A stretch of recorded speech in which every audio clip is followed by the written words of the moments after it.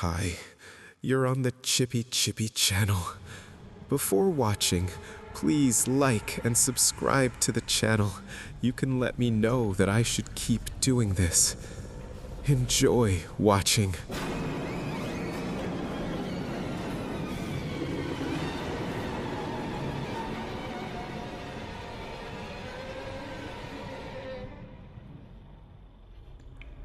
Recently, a real nightmare began in my city. Not suddenly, not violently, not with sirens or explosions. It came quietly. So quietly that at first, no one understood what was happening. Deadly and unpredictable, it spread through houses, streets, offices, hospitals, through almost every person. Not everyone. That would be a lie. But most. Something happened to them. Something slow, something silent. Something that changed not only their bodies, but the city itself. Now I am writing everything down because I don't know how long I will remain alive. And I want someone, anyone, to understand what happened here, where it began, how it grew, and why this city died without a single war or explosion. The notebook is thick. The pen still writes. Outside, the city is almost silent. So, I will start from the beginning. My name is Vladimir. I am 24 years old. Before all of this, my life was completely ordinary. I lived alone in a small apartment on the 4th floor of an old 5-story building from the Soviet era. Gray walls, narrow staircases, the smell of dust and old food in the hallways. My parents bought me this apartment after saving money for half their lives. It was not beautiful.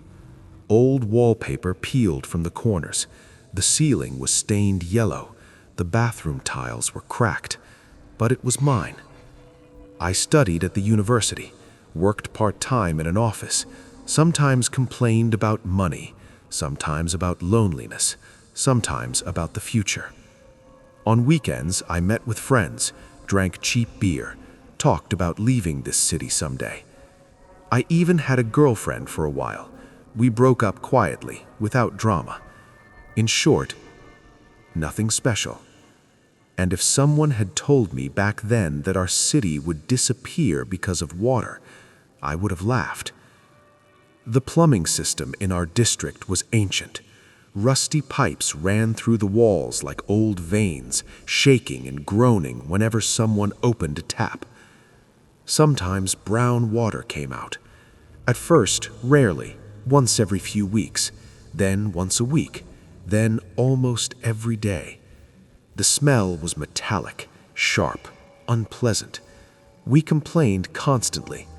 Maintenance workers came, looked at the pipes, sighed, and said everything needed to be replaced. But there was no money. There was never money. So we waited, like everyone else in this city. Dirty water was normal. Nobody imagined it could become something else.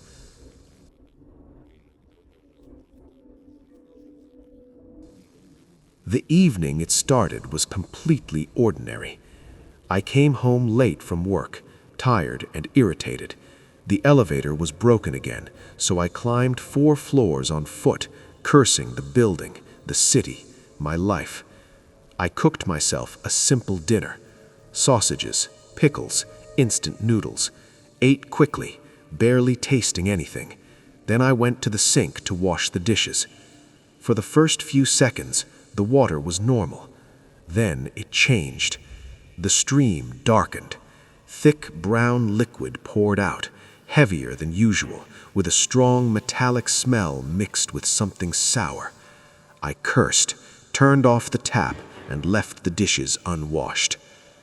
That night, I went to bed dirty and exhausted. I had no idea that would be the last normal night in this city.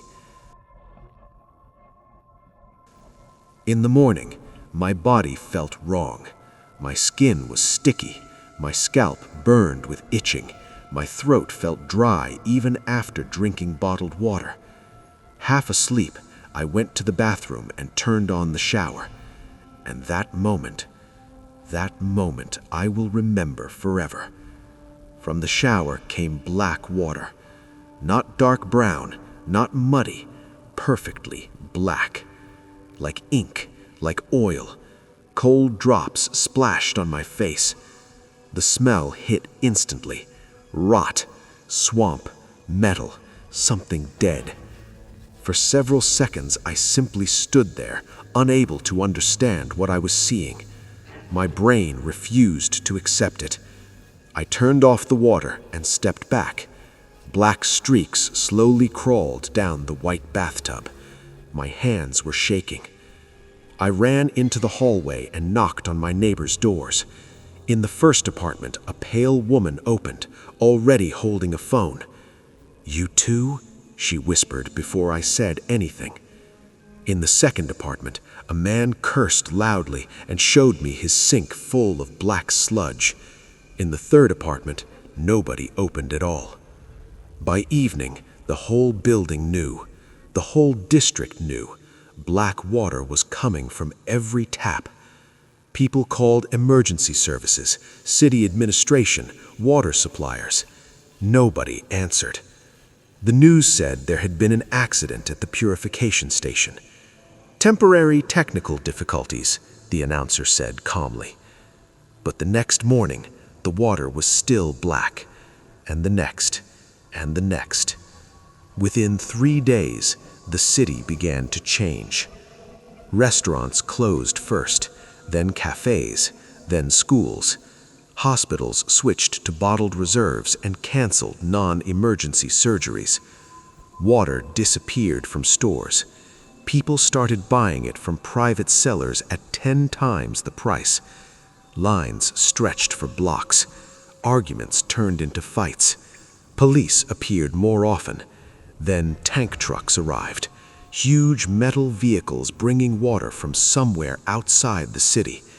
They parked in courtyards and squares, and people waited for hours with bottles, buckets, anything that could hold liquid. At first, everyone was polite. Then patience ended. Old people fainted in lines. Men pushed women aside. Someone stabbed another man over a plastic canister. And still, there was not enough water. A week later, the trucks stopped coming. No announcement, no explanation, just silence. The internet slowed down, then disappeared. Mobile signal weakened. Television channels went black one by one. Only local radio remained, repeating the same recorded message about technical problems. That was when people tried to leave. Trains stopped running, gas stations closed, highways jammed with broken cars. The city became a trap, and thirst became our new master. At first, people resisted. They rationed every cup, collected rain, boiled bottled water. But rain rarely came, and thirst grows fast. After 3 days without enough water, thinking becomes difficult. After 4, almost impossible. That was when the first people drank from the taps, secretly, ashamed, at night. At first, nothing happened. They said the water tasted strange, bitter, oily, but they said it relieved thirst instantly, better than any bottled water. Slowly, more people drank. That was when I noticed the first changes.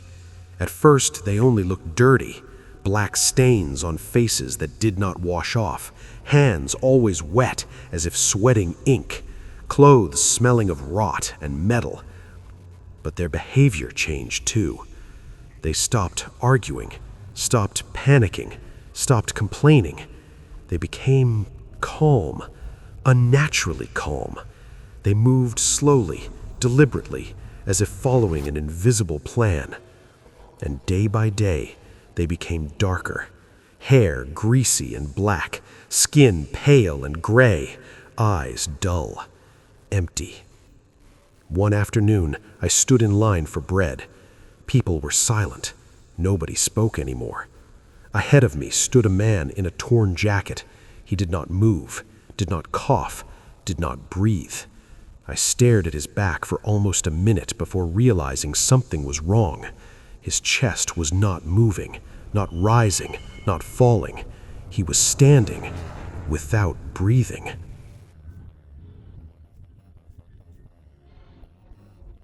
When he finally turned his head, I saw his face. Black streaks ran from his eyes, and he smiled. The city itself began to decay. Garbage piled up in streets, sewage flooded basements, rats appeared everywhere. Dead animals lay in courtyards. The smell of rot mixed with chemicals and smoke. Fires started in abandoned buildings. No firefighters came, police cars disappeared, hospitals closed their doors. And through all of this, the black-stained people walked calmly, never fighting, never stealing, never running, as if hunger no longer mattered, as if pain no longer existed. Rumors spread. Some said the water came from a new underground reservoir. Others blamed a chemical plant upstream. Someone whispered about a closed military laboratory near the river, about experiments with purification bacteria, about an old research station sealed decades ago after an accident. But nobody knew anything for sure, and those who drank never answered questions. The first one who spoke to me directly was an old man near an empty tank truck. His face was completely black, like burned coal. He smiled gently and approached me, holding his hands cupped together. Inside them trembled thick black liquid. "Drink, son. It's good water, clean water." I stepped back. "No, thank you." His smile faded. Only then did I notice his chest, completely still, no breath, yet he stood, alive. He turned and slowly walked away, joining a group of others just like him. I visited my friend Igor a few days later. The bus was almost empty. 2 normal people, 3 black-stained figures. In the back sat a woman. She slowly pulled one of her own teeth from her mouth. Blood ran down her chin. She did not scream. She did not blink. No one reacted. I got off early and walked the rest of the way. When Igor opened the door, I almost ran. His face was black, his neck black, his hands black. He did not blink. He did not breathe. We talked normally. Then he offered me water, black liquid in a mug. I refused. He stared at me, then suddenly smashed his head into the wall with terrible force. Bones cracked, neck twisted. Any normal person would have died, but Igor only blinked and smiled. I ran. Since then, I have not left my apartment. Electricity disappeared, then gas, then phone signal. Only silence remained. But at night, they come. They knock softly on my door, patiently, politely, sometimes laughing, sometimes whispering my name. My water is gone. Food is almost gone. I am very thirsty, so thirsty it hurts to think. Tonight they knocked for hours, and I heard voices through the door. "Drink, it's warm, you won't be afraid anymore." I don't know how long I can resist. But if anyone ever finds this notebook, remember one thing: do not drink the water. Never.